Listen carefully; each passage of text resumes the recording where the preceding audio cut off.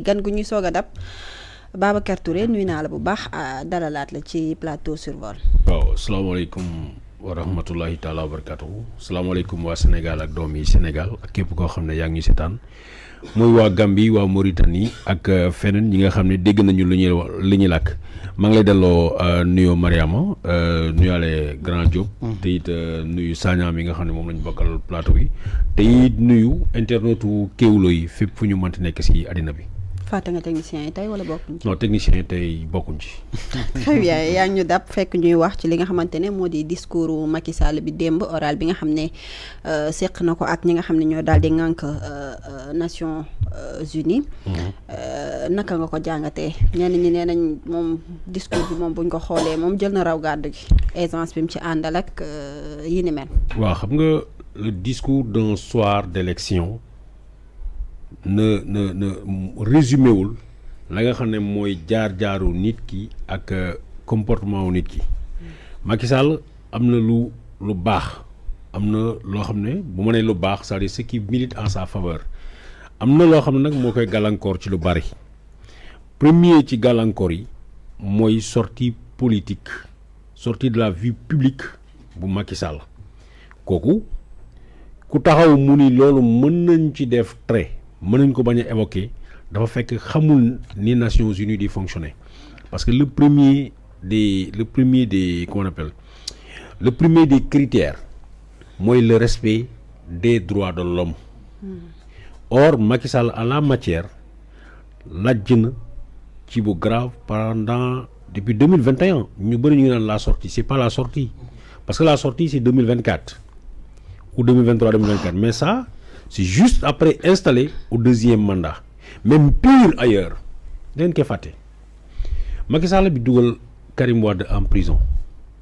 le groupe de travail des Nations Unies avant le groupe de travail des Nations Unies la CEDEAO avait dit que la détention de Karim Wade était arbitraire et en conséquence la Cour de justice de la CEDEAO et en conséquence dafa ni nañu libérer Karim Wade Macky Sall ak ay ñi mu àndaloon ñu ne ñoom faalewuñu ay CEDEAO ñoom ñuy décider CEDEAO pour te dire xam nga ci li ñu wax la pyramide des lois dafa am les arrêtés les décrets les lois la constitution et au-dessus de la constitution il y a ce qu'on appelle les lois supranationales dont les cours de tribunaux de la CEDEAO au-dessus de la CEDEAO il y a les Nations Unies Macky Sall ne faalewuma ko ñu indi Macky Sall devant le groupe de travail des Nations Unies le groupe du travail des Nations Unies lan lay def à chaque fois que des violations des droits de l'homme ont été constatées le groupe du travail dañ koy yóbbu comme ni nga yóbbu plainte police mu entendre ko bind le Sénégal ne leen il y a un citoyen ou une telle personne bi ne da ngeen fouler au pied ak xam ak yelleefam kaay leen ngeen défendre seen bopp le procès est à tel jour dans l'affaire Karim Wade le Sénégal est allé le groupe de travail des Nations Unies qui dépend des Nations Unies a demandé au Sénégal de libérer Karim Wade waa Sénégal sous le magistère de Macky Sall ñu ne l'avis du groupe de travail ne nous lie pas dans le fàtte xaju fi ñu ne faalewuñu ko la même chose su ma juumutlee def nañ ko ci kaawu Khalifa Sall ñu ne faalewuñu ko tey yow nga ñu bëgg a jiite kër goo xam ne lépp lu mu dogaloon nga ne yow faalewuloo ko sant lii pas moo tax adduna dafa gudd tànk Mariama adduna dafa gudd tànk on dit jamais source je ne boirai jamais à ton eau kenn du ko wax Macky Sall mi faalewul Nations Unies ñu naan xanaa Nations Unies est-ce que am nañu ay gendarmes pour ñu contraindre Sénégal est un état indépendant et souverain il n'a pas de leçon à recevoir des Nations Unies Macky Sall moo ko fi def ñu dem ñu dugg ci affaire Adji Sarr ça c'est bien avant ñu dugg ci kiiw affaire Adji Sarr balaa ñuy wax Nations Unies tey jii ñu ngi wax les 5 puissances ña nga xam ne ñoom ñooy dogal en fin de compte kenn si ñoom bu defee droit de veto day bloqué lépp États-Unis c'est vrai ab dof lañ fa am boo xam ne tey mun na xëy mu ne Mariama da nga rafet suba mun na la yaa gën a ñaaw ci monde bi du ko neex lay def kooku kenn mënul jouer si moom. La France on est à 100% sûr que la France dina jàppale Macky Sall. mu des la Chine bul fàtte ni Macky Sall n'est plus président de la République tey de plus en plus le Pastef que ça soit Ousmane Sonko que ça soit Bassirou Diomaye Faye puisqu'ils sont tous de Pastef dañu nekk di créer ay liens yu dëgër ak Chine bul fàtte Ousmane Sonko l'un des rares voyages yi mu nangoo génn Sénégal Chine la dem El Malick Ndiaye bu mu jógee Chine yàggut ñu ngi wax partenariat entre le parti communiste chinois ak le Pastef mu nekk seen modèle. Les États n'ont pas d'amis, ils n'ont que des intérêts. Macky Sall amalul leen benn njariñ amalul Chine tey benn njariñ. que lay waxuñu ko puisque Sénégal bañ na ko apporter le soutien. le gouvernement sénégalais. xam nga dafa am benn piège bu nit ñi xalaat dañu foog ne Ousmane Sonko moo bloqué la candidature moo bañ pour ñu jàppale Macky Sall non ki bañ ki bëggut a feeñ c'est le président Diomaye parce que Diomaye moo yor diplomatie. La diplomatie est un domaine uniquement réservé au président de la République. et ñoo ngi doon wax également bind nañ ko lettre pour mu soutenir ko ba léegi tontu. waaw moom la neex c'est ça ñoo ko fal ñu ne ko dénk nañ la réew mi juróomi at lu la neex defal ku la neex recevoir ko ku la affaire am neexul bu ko xool ñun ñoo ko wax en mars la je pense ça doit être en mars 2024 ñoo ko wax ñu ko Diomaye ku la romb xool la bu la affaire am neexul bu ko faale. Donc pendant qu'il est là il va le faire moom moo yor diplomatie et ñoom dañu nekk tey xarit ak Chine ñu jóge foofu ñu dem lu mel ni Russie bi nga xam ne am na droit de veto Poutine tout le monde sait c'est pas un ami de Macky Sall parce que Macky Sall est carrément c'est agrippé comment on appelle au wagon de l'Occident li tubaab yi wax la wax. D'ailleurs puisque ñoom ñoo ko doon jox ay dessert di ko jox ay fromage lu ñu wax lay wax tey le monde est davantage parce que dañu doon wax la affaire de guerre froide les alignés et les non alignés mais tey la gën a nekkaat encore si l'Iran n'avait pas bénéficié du soutien de la Russie et de la Chine américains yi rajaxee nañ ko yàgg na c'est-à-dire bloc bii ñooy def seen xeex en qu'on appelle par intermédiaire par procuration c'est ça le mot tey jii Russie ak lu mu mën demee day gën a jege Chine te ñoom ñaar kenn rek nee naa kenn bu poser veto day bloqué mais on a deux qui peuvent bloquer Macky Sall la Russie la France c'est sûr Macron day ànd ak moom mu des lan l'Angleterre parce que 5 pays la Chine Grande-Bretagne mooy Angleterre France États-Unis ak Russie mu des Grande-Bretagne les violations des droits de l'homme yi ñu dundoon ci affaire Adji Sarr bokk na ñaar ñoo gën a tax Macky Sall reculé mooy américains yi ak anglais yi alors que jamono jooju France dafa ne day neutre mais comme ni ma koy waxee saa su ne lorsque en période d'injustice yow nga choisir ne damay maanduwuloo da ngaa jéng da nga ànd ak kii dóore Macky Sall bi ñu yeggee ci jamono jooju France dafa ne tekk di ko seetaan lu ko neex mu bëggal ko ñoom Ousmane Sonko États-Unis wax président Macky Sall ne ko ça suffit non seulement troisième mandat bi c'est anticonstitutionnel mais troisième ainsi de suite teg ko ay pression Angleterre moo ko fi def ak États-Unis les anglo-saxons parce que période boobu sax Macky Sall xaw na neexoo tuuti ak Russie je me rappelle sommet bi nga xam ne organisé nañ ko Sotchi xam nga ndax yaa ngi koy fàttaliku mais Macky Sall encore tey wax ngeen ni c'est quelqu'un qui est à l'aise quelqu'un qui aurait pu être l'ami des Russes mais xam nga fu mu ko yàqee bul fàtte ni bi ñu commencé xeex bi Macky Sall moo ànd ak délégation bi demoon fële pour daan ñaan ay maïs la xaw ma lan en Ukraine blé dañ koy fàtte mais Macky Sall encore qui vient dëkk yi nga xam ne nañu rompre nañu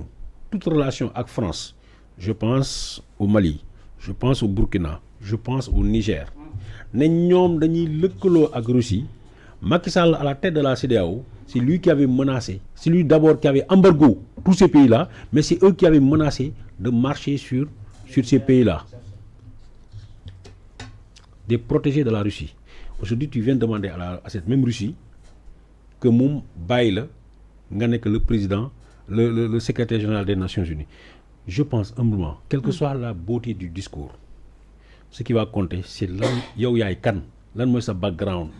kan nga jubóol ak kan nga xulool. malgré les promesses yi nga xam ne def na ko. Kan promesse Macky Sall. waaw Les promesses n'engagent que ceux qui les croient. Dige ki ko gëm rek. alors newoon na bu jëlee Sénégal l'an 2000 Sénégal day mel ni Paris animu mais wax na ni ñi nga xam ne yéen a ko gëm yéen a xam. Léegi voilà ce que je pense de la candidature de Macky Sall. Mais nag bu dee man maa doon décider dama bëgg lépp loo xam ne jànganteel à l'international bu doomi Sénégal taxawee rek na doomi Sénégal bi gagné. bu ma doon choisir ma le secrétaire général des Nations Unies damay jàppale Macky Sall. xam nga lu tax. Macky Sall secrétaire général des Nations Unies il ne reviendra plus au Sénégal pour ne dafay nekk candidat. C'est-à-dire la probabilité de créer encore ay duo ak ay trouble ak ci réew mi day jeex. APR bii day tas xam nga lu tax muy tas kan moo nekk tey APR Abdoulaye Daouda Diallo Youm Abdoulaye Daouda Diallo Youm. Pape Malick Ndour la fa. ki nekk Mbour nu mu tudd Youm waa Youm ñi ainsi de suite. Alors ñooñu kenn du nangu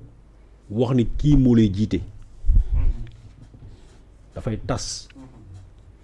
Amadou Ba dem na du dellu siwaat créer parti am la nouvelle responsabilité te ci parti am boobu nouvelle responsabilité y a quelques personnalités yoo xam ne téye nañu seen dëkk suñuy wax njuum xel yëpp dañuy dem ci Cheikh Oumar Anne. Cheikh Oumar Anne àdduna du yàgg ba mu ñëw toog ne day dekk ci ginnaaw Abdoulaye Daouda Diallo mais c'est vrai aussi en politique on ne dit pas jamais. Alors su ma doon état du Sénégal Macky Sall y a tout ça que j'ai dit que mën na tax mu bañ a encore y a d'autres choses dañuy wax conseil des Nations Unies pour nekk secrétaire général y a ce qu'on appelle la rotation. Tey c'est le tour de l'Europe de l'Amérique latine de désigner le secrétaire général des Nations Unies. C'est vrai des erreurs sont arrivées où quand ça dernier continent bu nekk benn yoon ngay jël c'est vrai l'Europe a eu 2 ou 3 fois. C'est vrai l'Afrique a eu Boutros Ghali une fois et Kofi Annan qui a fait 10 ans parce que le mandat c'est 5 ans. Mais su ma doon tey ku mel ni Ousmane Sonko wala même Bassirou Diomaye Faye dama naan je soutiens la candidature de Macky Sall. Ça veut dire tu te pour éliminer c'est sur le plan politique. Un potentiel adversaire. Mais non seulement il tue l'APR dañuy rey APR parce que Macky Sall bu demee candidat moo xam gañ na moo xam gañewul je pense que dootul talati ay affaire dellu soit fii pour politique dootu ko defati. Mais deuxièmement Macky Sall da nga koy dugal ci kàmb ci néeg boo xam ne amul palanteer da ngeen wax léegi Raphaël Grossi tey la menace du monde tey lan la menace mondiale c'est le nucléaire. Lu tax américains yi jóg na dañuy bombarder Iran ainsi de suite bëri na lu tax Russie attaqué Ukraine parce que nee nañu à la porte de la Russie du ñu permettre autant di ñëw di déployer ay puissances ak affaire yooyu tout ça est militaire. L'homme le mieux placé pour gérer ces questions-là et qui est aussi un très grand diplomate parce que kenn mësul dégg Grossi mu xuloo ak qui que ce soit. Même Iran dañ ko doon bàyyi muy ñëw di xool di inspecter tout ce que les Américains et le monde li ñu xam ci affaire nucléaire Raphaël Grossi ak ay équipe am mooy AIEA ñoom ñoo tax nit ñi xam ko. Donc c'est quelqu'un qui peut parler aux Américains, qui peut parler aux Russes, qui peut parler aux Vietnamiens, qui peut parler à qui du Nord, à la Corée du Nord. Or c'est de ça que le monde a besoin aujourd'hui. Moo tax compte non tenu des sondages parce que xooluma sondage yi te gëmuma sondage parce que sondage yi la plupart du temps ñun xam nañu ni gars yi defaree sondage compte non tenu de ça Raphaël Grossi ne serait-ce que sur le plan intelligent. Parce que Macky Sall tey secrétaire général des Nations Unies mënul moom mi nga xam ne respecté wuloon les avis comme ni ñu koy waxee les avis ne nous engagent pas loolu la ay experts am ak ay avocats am doon wax moom mi doon respecter les consignes et les avis des Nations Unies. naka la mën a défendre les consignes et les avis des Nations Unies. diine boo xam ne yaa ngi koy dingaat faalewu la ko doo mën a bokk nekk imaamu diine boobu c'est le bon sens bu nu jógee ci loolu pour ne pas monopoliser la parole on a 2 femmes qui sont dans ce groupe parce qu'on a 2 hommes on a 2 femmes. Pour la première fois on a une chance de pouvoir avoir une femme à la tête des Nations Unies ñëpp xam nañ ni bu jamono jaxasoo yaay mooy ëpp yërmande am na nag ay yaay yoo xam ne ay koboy lañu waaw madre piis yi amuñu yërmande borom la mu dof ni mais la grande majorité on sait que jigéen moo ëppale yërmande parce que xam na ni bu guerre amee mais jigéen ñi ñëw ci gën a sonn ak xale yi donc les Nations Unies peuvent dire bon puisqu'on a eu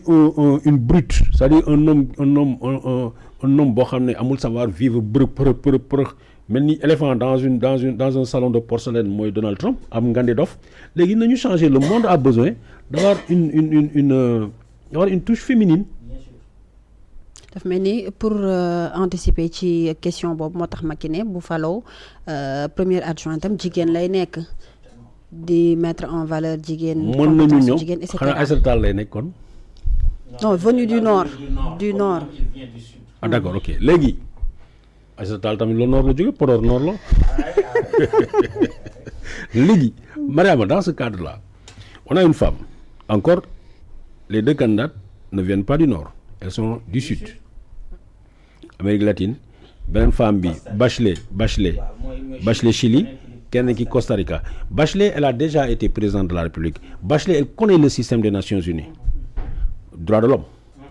parce que papam Pinochet moo ko rayoon Pinochet c'était un président dictateur du Chili fusillé papam rey papam mu nekkoon xale bu ndaw yërmande boobu la ko peuple chilien yi jël tax mu fal ko mu nekk président de la République tey dëkkam comme c'est Sénégal Diomaye ak ñoom Sonko ak ñoom Macky Sall gouvernement bu bees bu ñëw moo ne moom du ko soutenir c'est ça l'handicap de Bachelet son pays ne le soutient pas comme Macky Sall son pays ne le soutient pas par contre c'est une femme qui a des relations qui connaît les rouages des Nations Unies lépp diplomatie la lépp rouage la koo xamul doo ko yërëm nit boo xamul bu ñu la nee diw dee na nga sëngam wala nga génn rongoñ dafa fekk nga xam ko mais bu ñu la nee chinois dee na ca Chine sa yoon nekku ci du la tere lekk sa ceeb du la tere naan sa ataaya. Très bien. ñooñu dañu xamante ak ñooñu keneen ki nga xam ne mooy beneen femme bi mooy Greenspun la tudd je sais pas qui waaw Greenspun je ne sais pas je me fie pas au sondage par contre je sais que les questions économiques et consorts dans les Nations Unies elle les connaît mag yow tey bu ñu àndee dem ci groupe ci journal L'Observateur ñuy yëg ci immeuble bi mën nañu gën a nuyu dañu ma naan kii kan la waaw bien sûr hein surtout bu ñu déggee ni yow da nga doon dóor ay journalistes kenn du la xool voilà le pour et le contre pour Macky Sall malheureusement. donc ci gàttal malgré ce beau discours d'hier selon certains ñenn ñiy wax ni c'est un beau discours et cetera vu la manière ni mu ko doon defee et cetera moom bokkul ci ñi nga xamante ne mën nañ jàpp ni am nañ chance wala ñoo ëpp chance pour mën a. wax moo amul chance de Macky Sall borom chance la. je veux dire moo ëpp chance pour mën a toog ci poste boobu ki gis fu mu juddoo fële ca Fatick mu ñëw occuper tous les postes Macky Sall amul benn poste bu mu occupé woon Sénégal amul y a pas de poste c'est le président le plus complet que l'Afrique ait connu. Ingénieur, chef de service, directeur de société nationale, ministre de l'Intérieur, des hydrocarbures, ainsi de suite. Un peu comme Abdou Diouf. Premier ministre, il est plus que Abdou Diouf. Abdou Diouf n'a été que gouverneur. Ensuite, on en a fait un ministre ou un premier ministre. Macky Sall lépp la xam lépp la def. Président de la République, président de l'Assemblée nationale, président de la République. Il a même dirigé l'UA, l'Union africaine et la CEDEAO. Bien sûr. Donc toutes ces organisations-là xam na leen. Par contre Mariama dafa am lu wolof di wax lekket kase naxutu béy. Très bien. D'autant plus que bu ñu xamal ni borom lekket bi am na lu mu defoon. Sohaibou foofu laa rebondir directement est-ce que malgré promesse yi ma doon wax sànq lu ci mel ni par exemple li mu ne il sera un secrétaire général bu nga xamante ne dafay impartial maanaam dina déglu ñëpp dina wax ak ñëpp